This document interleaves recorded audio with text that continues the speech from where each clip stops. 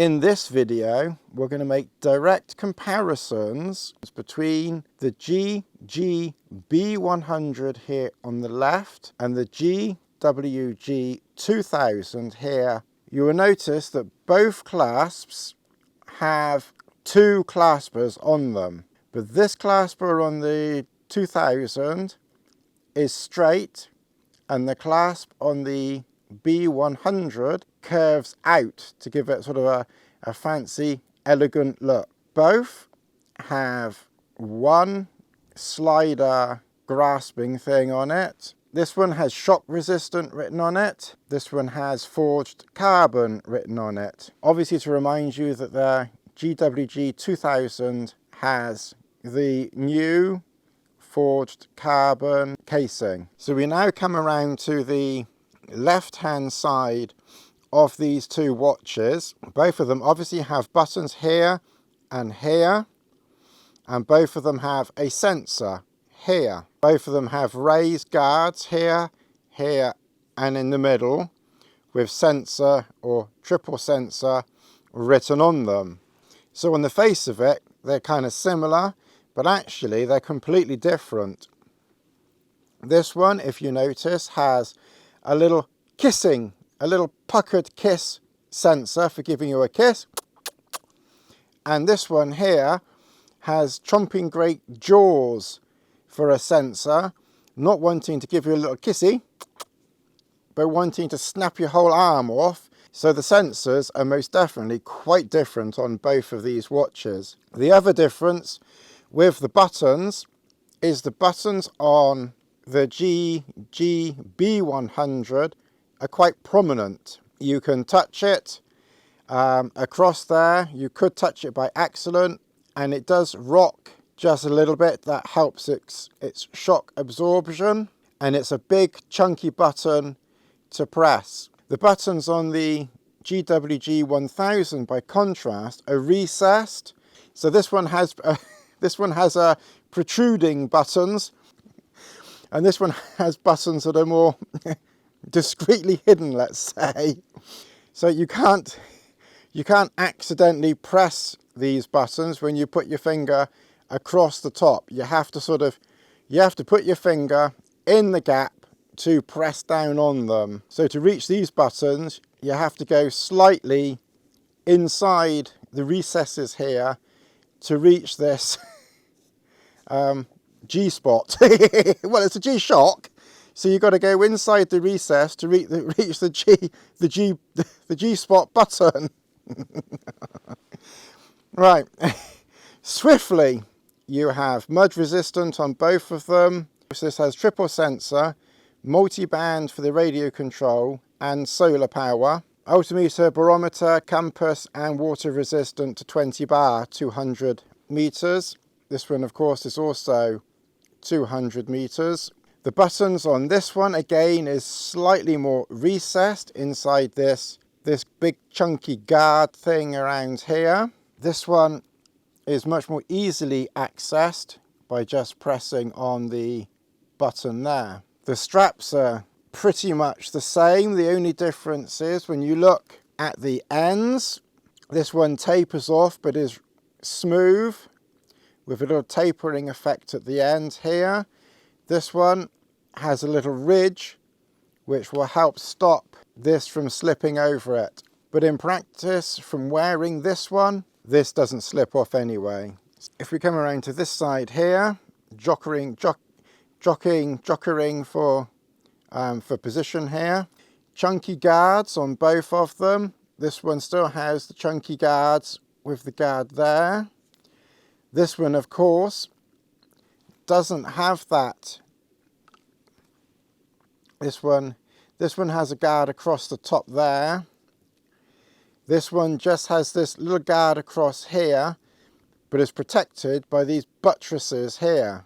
This is like a castle or something like that. You need to breach the castle walls before you can get to this screw down crown. And again, the buttons on each side are recessed. I'm not sure how easy this would be with thick gloves on, but I'm guessing that realistically it's not really designed for you know, Arctic conditions realistically. It's a Mudmaster, not a Snowmaster. This one, of course, would be easier to use with gloves.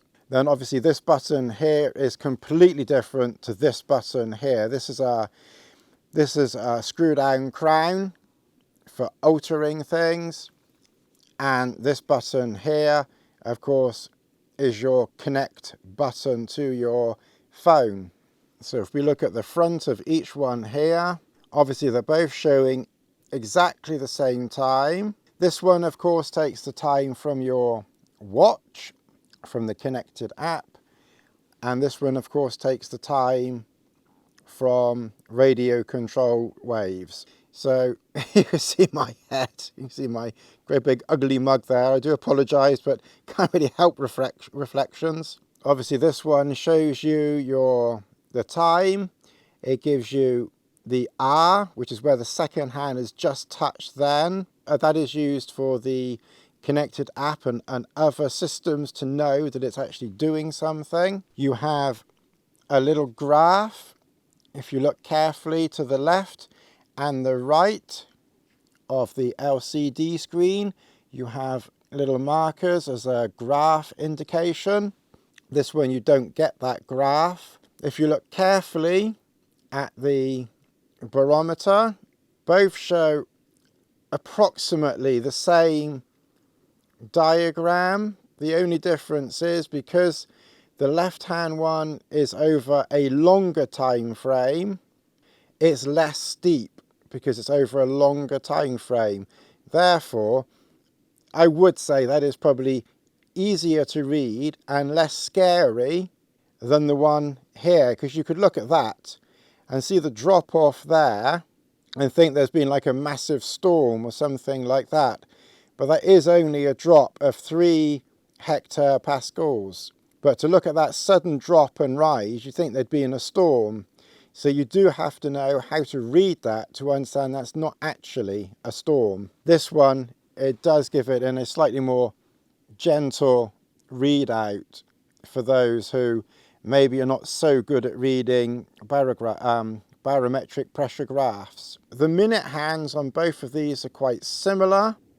The biggest difference is the hour hand. The hour hand on this one is relatively short and narrow, just a little bit wider than the minute hand. The hour hand on this one looks like something like a grown childish man or a small boy would draw on the classroom wall, and we'll go no further. Both on this page here show the date and the month. So this is the 16th of October. The information that you get written on this one is quad sensor, and the extra sensor on this one is the step counter. This one, you have a lot more writing going on. This glass is of course solar powered and sapphire crystal. This one is not solar powered and is not sapphire. So the glass one on this should be more scratch resistant. Your buttons do similar things. I'm not going to go through all the differences of the buttons in this video. Maybe do that in a separate video. But basically they're very similar. They have compass here and here. They have the altimeter here and here. You have your time here and here. And obviously your selecting things. On the first page for both of them, you have your diagram for the barometer and the date, and then you have your barometer, and then you have your temperature, and they're very, very similar there, 20.9, 21.1, so very similar here. Recall and record, the same there. And your sunset. So this one gives you a sunrise and sunset. Press this one again. Takes you to your stopwatch, the same as this one. Timer, your alarm, your world time, press it again. You've got your time back here, radio controlled time. So in this instance, it's telling you that this morning it corrected its time at 3 o'clock in the morning. Press it again and it takes you back to the time. And if you notice that little H just before the time, that was indicating that the solar power battery is full. So this one has that little arrow which kind of rather neatly tells you where you are within the watch, as if you didn't really know by looking down at the bottom anyway. But it's a little indicator, and when you're paying 3 times as much for this as you are for this, it's kind of good to get something a little extra on this one. Obviously this one has a plasticky type of back here, and then of course this one here has a stainless steel back and helpfully puts all the information about what the buttons do. So if you do forget, you can take your watch off and have a reminder about the button names. So the lugs on this one are 33, 35 is 52.5 is 53. This measurement, including the sensor, is 52, and this one, including the sensor is 52.5.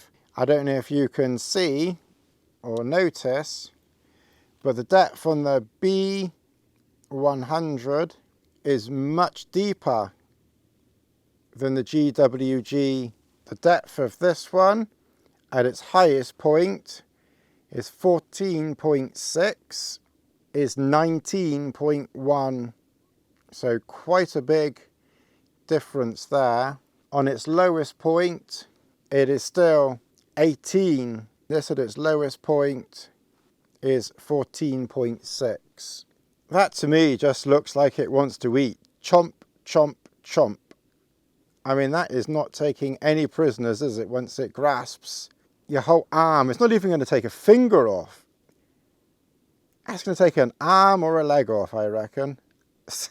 That's hungry. Feed me. So those are the main external differences. They are different, of course, inside, and I might do a separate video about those just briefly. But that's your main differences between these two. Which would I choose? Which would you choose? Please put your comments in the comment section below.